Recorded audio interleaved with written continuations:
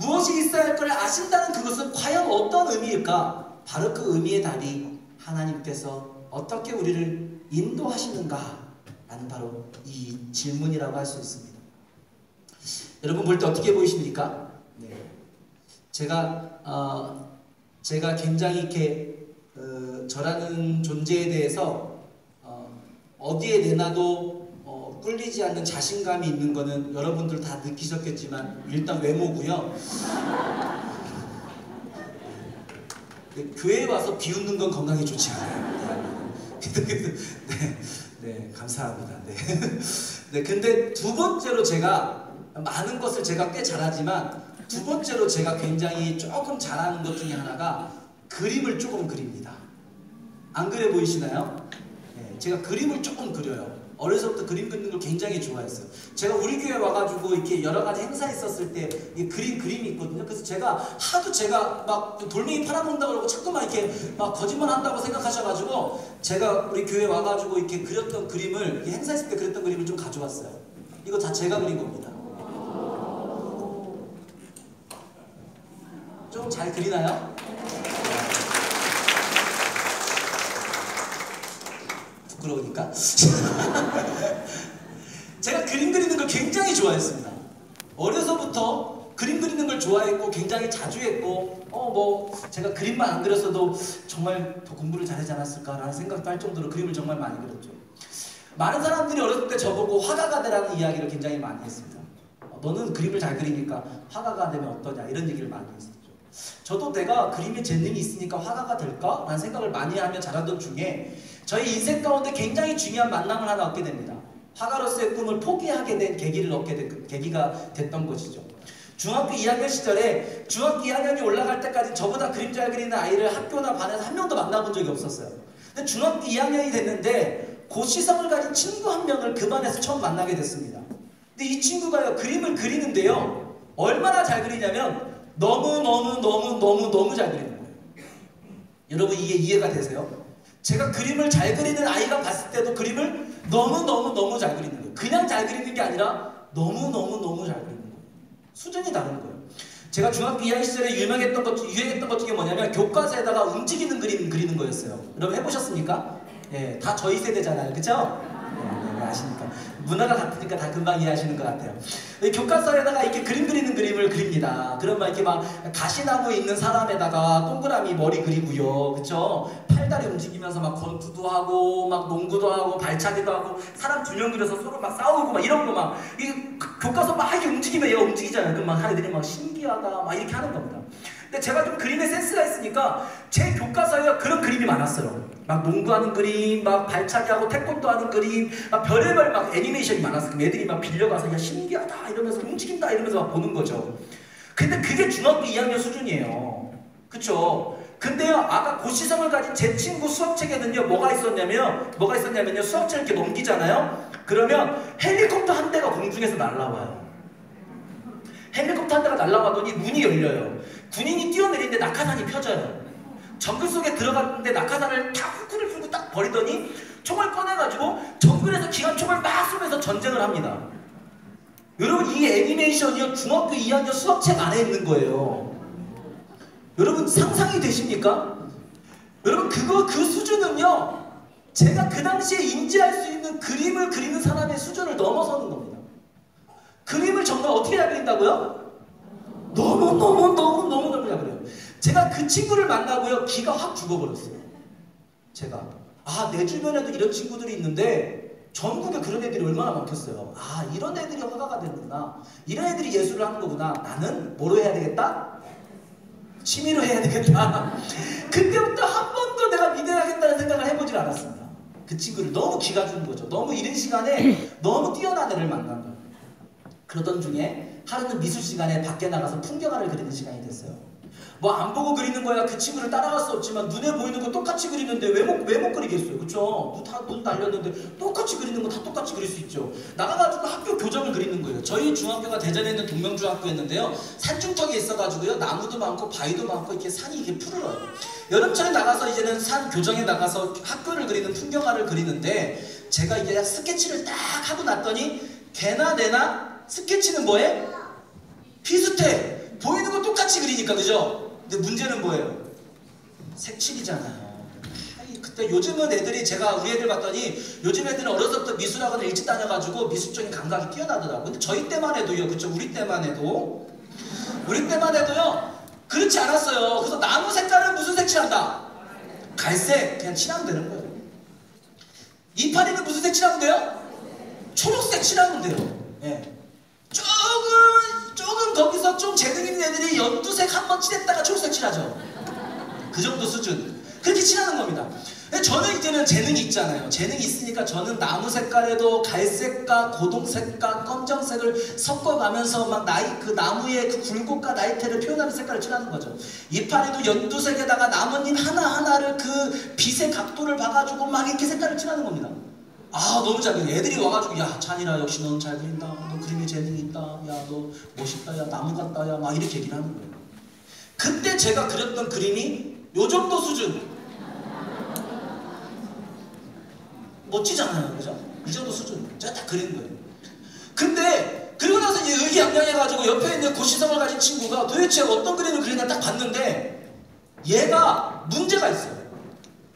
나무 색깔을 칠하는데 거기다가 까만색 물감을 다 칠해놓은 거예요. 나뭇잎을 칠하는데 노란색으로 다 칠해놓은 거예요. 아니, 눈앞에 있는 나무는 썩은 나무가 아니고 이파리는 지금 단풍이 아닌데 까만색 나무에 노란색 이파리를 다 칠해놓은 거예요.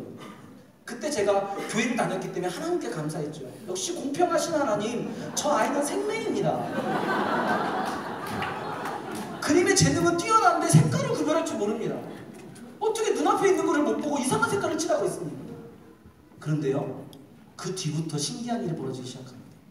아이가 까만색 나무 위에 흰색을 칠하고 초록색을 칠하고 각가지 색깔을 더 칠하기 시작합니다. 노란색 우중충한 나뭇잎에다가 연두색과 흰색과 여러가지 각가지 색깔을 더 칠하기 시작하는 거예요. 그 아이가 그림을 다 그렸는데 그 아이의 화첩에는 이런 그림이 있었습니다. 여러분, 이 아이가 그림을 얼마나 잘 그린다고요? 너무 잘 그려요. 제 건 이거, 내 건.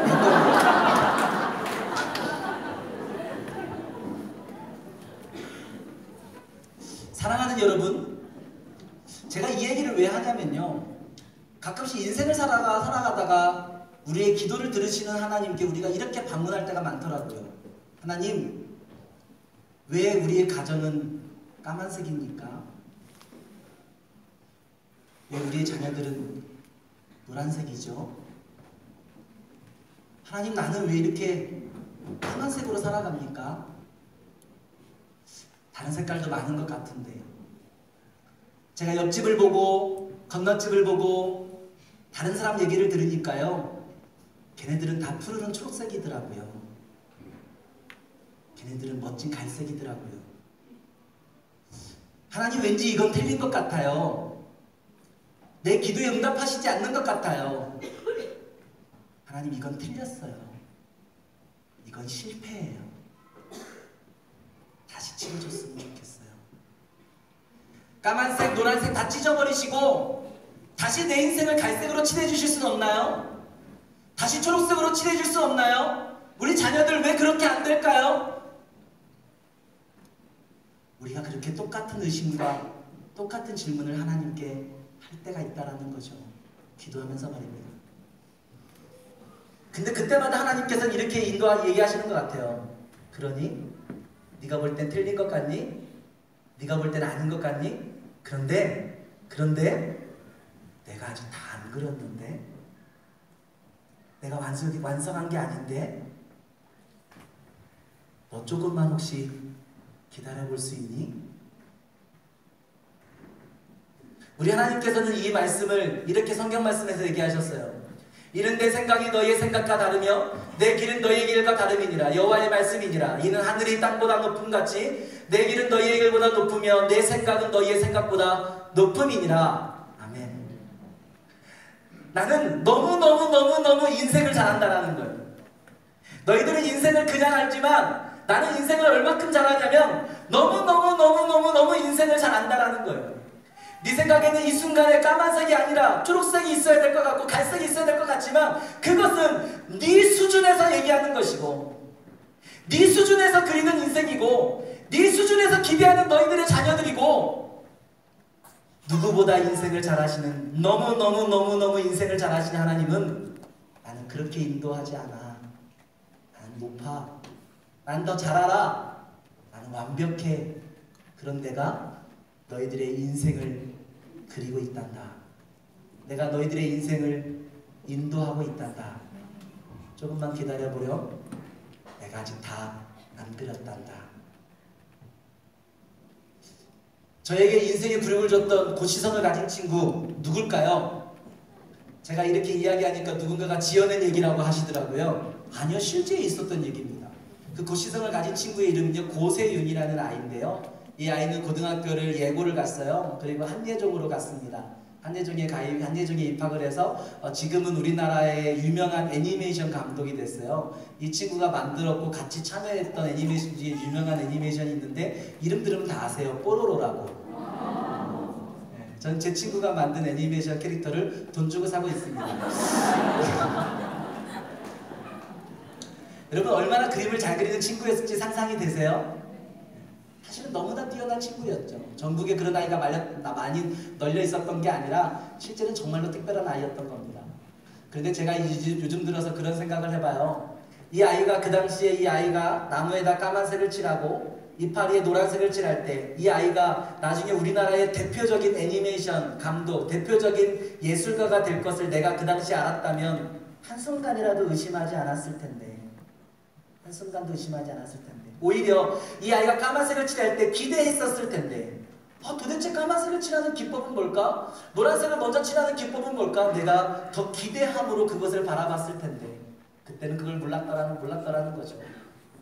여러분 하나님께서 우리를 인도하고 계시다라고 하나님이 얘기하십니다. 그런데 그것을 믿는 자와 안 믿는 자의 차이는 사실은 우리 하나님이 얼마나 대단한 사람인 것을 얼마나 대단한 분인가를 알고 있는 자와 모르는 자의 차이일 뿐이라는 거죠. 우리 하나님이 나의 삶을 인도하시는 그 너무나 인생을 잘하시는 하나님이 얼마나 대단한 능력과 얼마나 대단한 분인가를 우리가 알고 있다면 때로는 내 인생에 칠해지는 까만색을 기다려볼 수 있지 않을까요? 때로는 우리 자녀들 가운데 칠해지는 노란색을 더 기대함으로 기다릴 수 있지 않을까요? 성경 말씀은 그 부분을 이렇게 이야기합니다. 우리 마지막으로 같이 한번 읽어볼까요? 시작! 우리가 알거니와 하나님을 사랑하는 자 곧 그의 뜻대로 부르심을 입은 자들에게는 모든 것이 합력하여 선을 이루느니라. 하나님은 우리 가운데 얘기하고 있습니다.